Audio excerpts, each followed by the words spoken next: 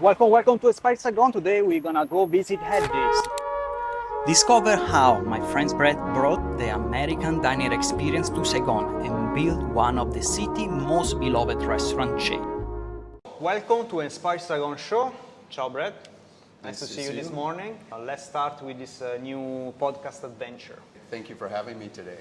What bring you here to Vietnam? And which years it was when you arrived firstly in Vietnam?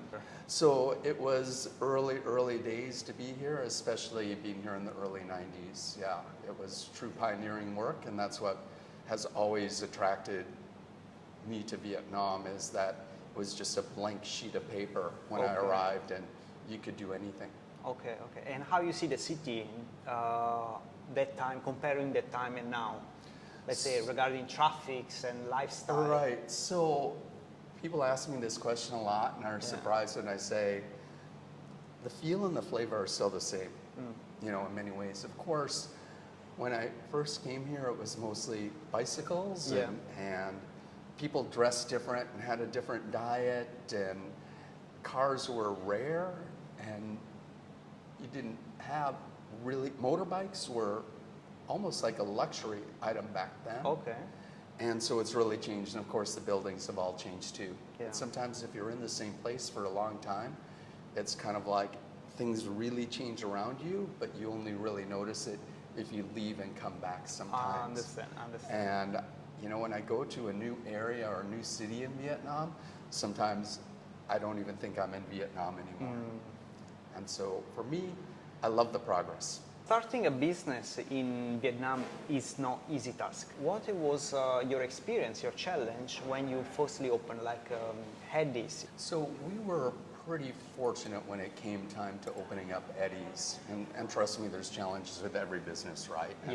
And Eddie's for sure. We had our challenges, and I'll get to that. But about a year before we opened up Eddie's, we opened up Go-Dog.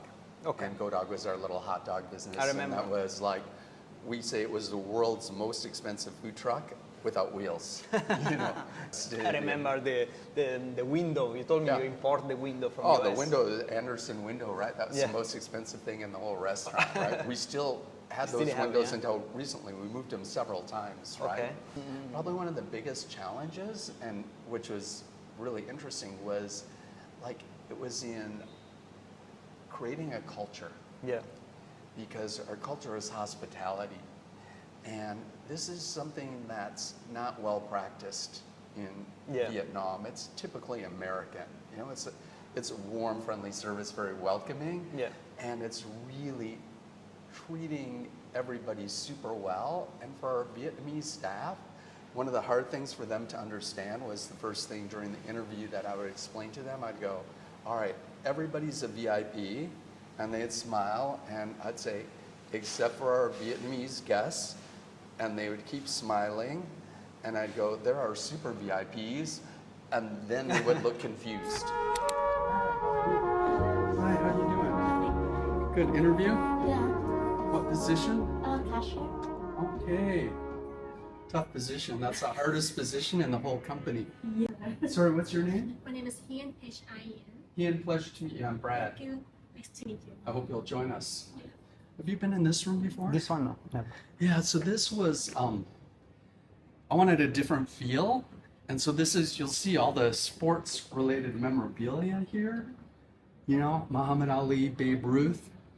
That's my favorite. That's a 1930s scene of a hot dog vendor. And so this is the room we have for private events and overflow seating. And so this we added after. Hedges is a symbol of, let's say, I can call it diners, like American diners. Absolutely. How you manage to keep original flavor of your food? I would say that I would eat about 20 meals a week at Eddie's. Okay. And between delivery and dine in, and I think it's really important to keep the food, quality is based on ingredients, but flavor is based on taste and experience. Yeah. Running 3 locations, because you have Distro 1, Distro 2, and Distro 7, is not easy. So what's the secret for maintaining this kind of good balance between 3 locations? And do you have any plan in the future for more expansion? Yeah, we're kind of a chain, right? So we're 3 locations, and it has its challenges, right? Just keeping food consistent in one location is a challenge, and then keeping food consistent between all 3. But we allow for some differences between. We didn't really want to be a cookie cutter. So each location has the same decor, the same look and feel. Yeah. But the experience with the staff and the team really feels like almost like 3 different restaurants. Okay. It's all warm, friendly service, but we didn't write a big manual about what you're supposed to say and how you act. And so that individual characteristic comes through, and we do a lot of peer-to-peer training. We're a Vietnamese company. Yeah. I'm not the managing partner. The managing partner is a young Vietnamese woman who has been there since day 1. And what you see at Eddie's is her hard labor. And the work that she's done to make Eddie's what it is today. We conceived it together, but she's the one who's runs the day-to-day and makes sure that business really works the way it does.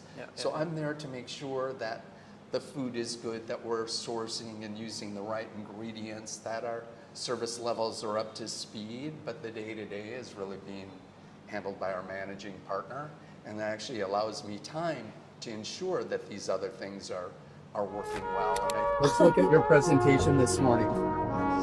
Your famous presentation. So this is your recreation of Eddie's at the Rex Hotel. Yeah. Hang this morning recreated the Eddie's counter for a networking group she's involved with. And do you have pictures of the counter? Yes, I do. This is actually a recreated counter. Did they know they were speaking, or did you actually tell them? Yeah, we have a meeting yesterday and they speak in front of us already. Okay. What you can say to entrepreneur, Western, let's say Vietnamese, whatever, like that they want to invest in Thao Dien at the moment? Because I see Thao Dien, for personal point of view, that is oversaturated market. This is my view, but I would like to hear from your part.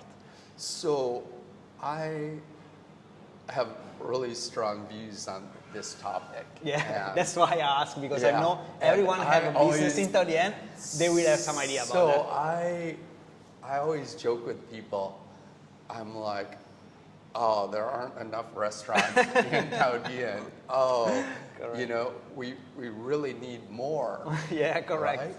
So I'm going to answer the question in a couple different ways. Yeah. Okay. One is, my advice to people is, if you're going to open a business in Vietnam, especially in food and beverage, create something new, create something different. Yeah. And most importantly, understand who you think your customer base is going to be. The number of people that I see opening up restaurants, and you know, I'll talk to anybody that wants to open a restaurant and try to give them help and advice if they want it. You know, choosing location is the most important thing. Absolutely. And what I see is there's too many concepts that open in the wrong place. And I see too many people opening up in Thao Dien when they should be in District 1 or District 3. And I know they would hit a home run if they just were in the right district. So what I see too often is people not really understanding what the Thao Dien market is. I think you and I have had a few conversations about this. Correct. Thao Dien is really like every other business here. If you don't have a local market, you don't have a business, right? And a lot of the Thao Dien business is our young Vietnamese people, adventurous, open-minded young Vietnamese people coming from all over the city to come to Pasta Fresca, to come to something unique, to go to Clay or the bricks or merchant or the deck or a hole in, or a noodle place or whatever it is. It's or a destination. Best bun cha in the city, right? And they'll travel. But if all you're doing is opening up another branch, or if you don't understand the market, you can make some big mistakes. And I'm seeing this a lot. I think my best advice to people, if you have a concept, find out who's having success in the market. Send them a message, give them a call. Do you have time to meet for coffee? Can you tell me what it's like to do business here? If I'm gonna open up this concept, where do you think I should put it? Because people are usually pretty helpful, right? Yeah, of course. Most of us will share our information. There are some people, they everything is keep so it close to the, Matt, you don't need to do that here. It's a big enough market, everybody can have success, and nothing's a secret, right? And so trying to keep your concept a secret, it's a big mistake. Just go talk to 5 people or 10 people, get their advice. Even if they tell you don't do it, if you still feel strongly, go ahead and do it. But you'll save a lot of money and a lot of time. Really helpful. So guys, you can go to Headies, looking for Brad, and have a nice dinner, a nice meal, and ask for some advice too, because apparently like he's in the market for so many years and he knows a lot of this market. Yeah, I'm happy. Send me a text first. I never answer phone calls unless I know who it is. Correct. And honestly, our team does such a good job at Eddie's. You know, we have great managers and great teams. I'm not easy to find in an Eddie's location, right? And that's part about having 3.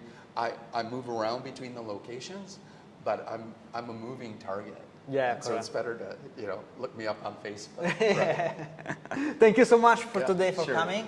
And so welcome to Inspire Saigon. Guys, follow the channel and see you next time.